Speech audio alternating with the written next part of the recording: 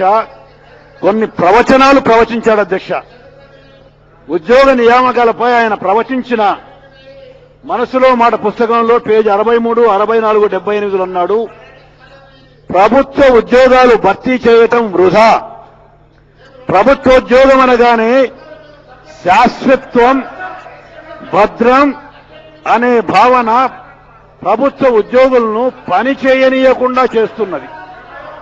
ఉద్యోగుల జీతభత్యాలు, పెన్షన్ల వల్ల ప్రభుత్వం అప్పుల వలలో చిక్కుకుపోయే పరిస్థితికి దారితీసింది. ఉద్యోగుల పెరుగుదలతో సామర్థ్యం పెరగటం లేదు. రాష్ట్రంలో ఉద్యోగుల కొరత లేదు. ఇప్పటికే వివిధ శాఖల్లో 1,00,000 ఉద్యోగాలు అదనంగా ఉన్నాయి. సిబ్బంది పెరుగుదలను నియంత్రించే ప్రయత్నంలో భాగంగా 1994లోనే ఒక చట్టం తీసుకొచ్చాం.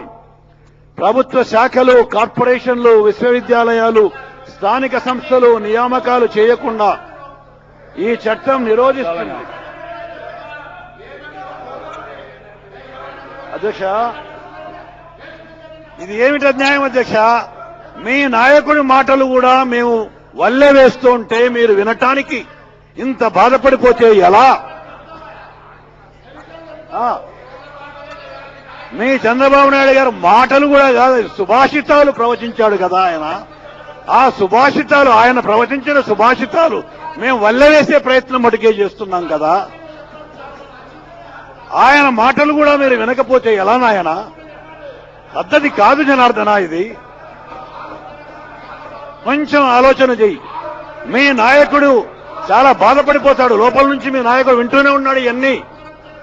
మీ నాయకుడు తన రూమ్ లో కూర్చొని వింటూనే ఉన్నాడు ఇవన్నీ. చాలా బాధపడిపోతాడు నాయన.